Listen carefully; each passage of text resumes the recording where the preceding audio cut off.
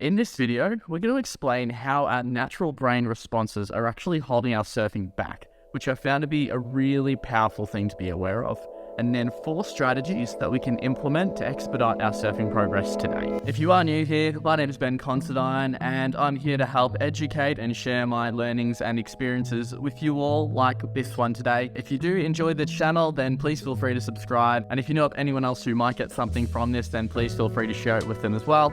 Let's get into it.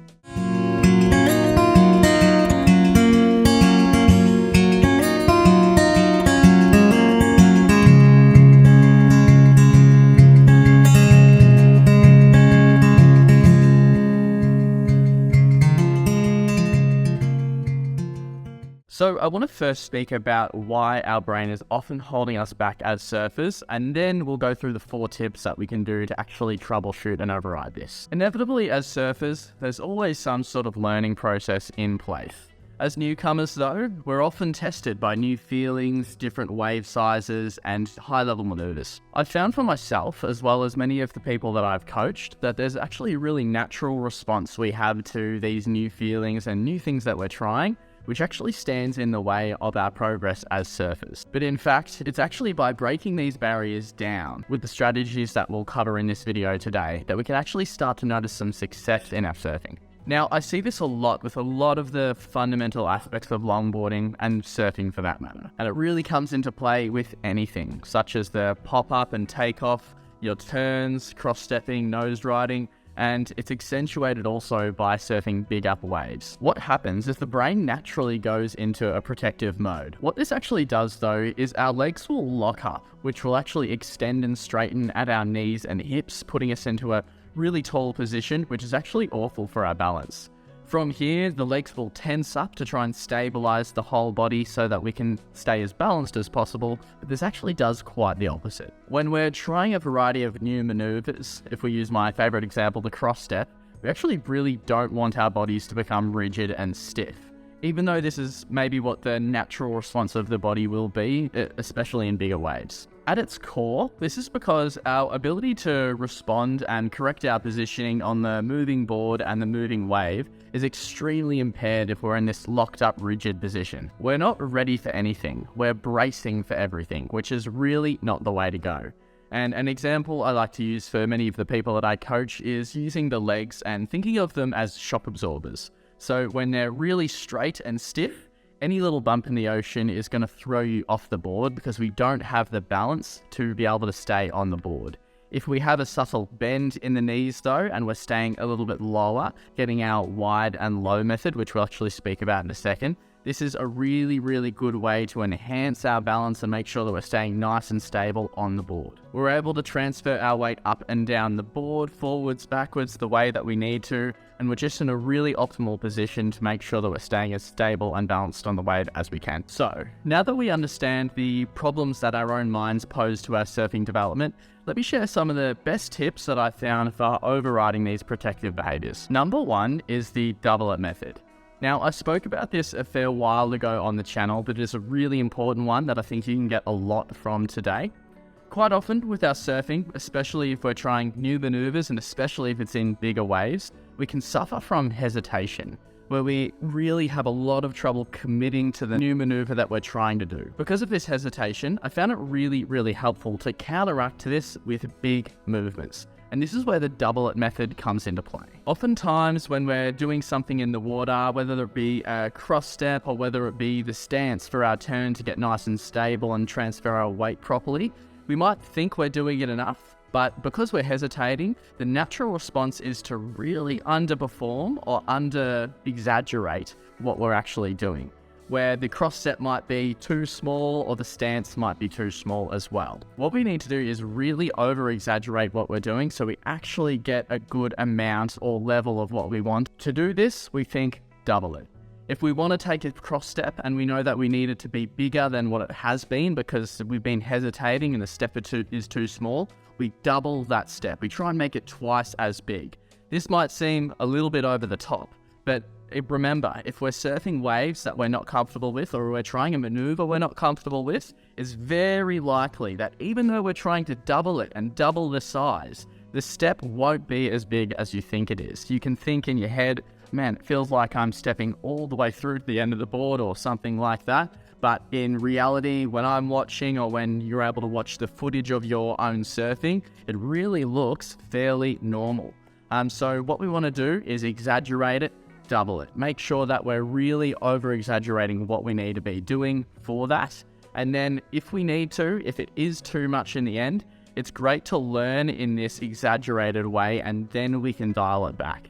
It's way easier to dial it back from this rather than trying to persist with something where the step is too small or the stance is too small. So when we're hesitant and we feel like we're not ready to overly commit, we've got to double it to give ourselves the best chance of success. Number 2 is going to be the low and wide principle. To start out with this, I want to discuss the fundamental surface position and why this is so important. For the fundamental surface position, what we want is a nice wide stance and then our chest coming over our front knee, staying nice and low, both with the torso and the knees.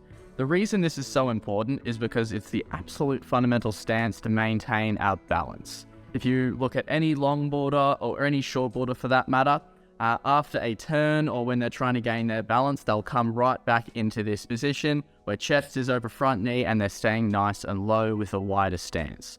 Now, this is the best way to maintain our balance, and this actually varies from some typical understandings of how we're supposed to position ourselves on longboards because of what we usually see maybe from the professionals.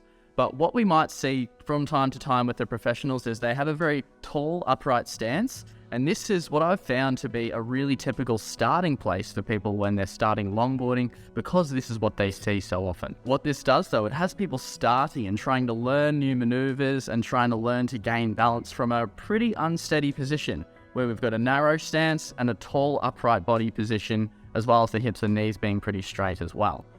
Unfortunately, this is not the best position to gain your balance, and if we're learning new things, as we were speaking about, and trying to override the natural brain's mechanism for that protective mode it puts itself into, we do need to override this, and this is where the low and wide principle comes into play. No matter what we're trying from the start, especially if it's something new, we've got to make sure that we stay low and we have a wider stance. Again, like we were speaking about with the double it principle, once we've got this down pat and we've had this more exaggerated version of things, we can then dial this back.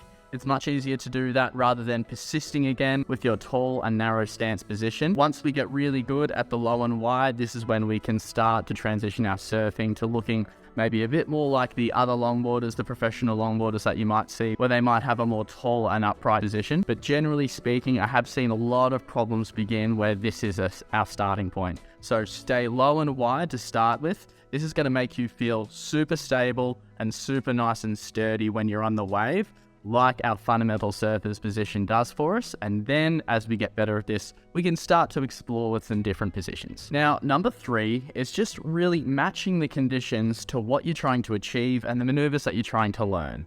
I have a video coming up which is about good practice and how to practice the most effectively. One of the things that comes into this is making sure that the conditions that you're surfing is really conducive to what you're wanting to learn.